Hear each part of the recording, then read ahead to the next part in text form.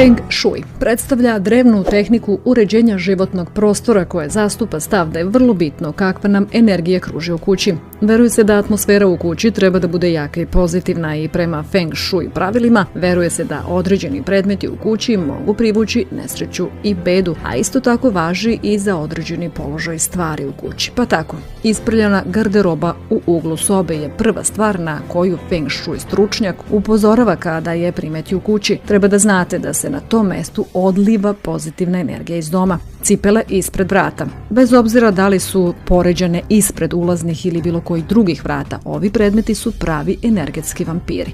Hrpa starih papira i knjiga. Ukoliko ih sakupljate, čuvajte ih na policama. Razbacani po prostoru, ovi predmeti doneće lošu energiju. Polomljeno posuđe donosi lošu energiju, kogod da je koristi, tvrde Feng Shui stručnjaci.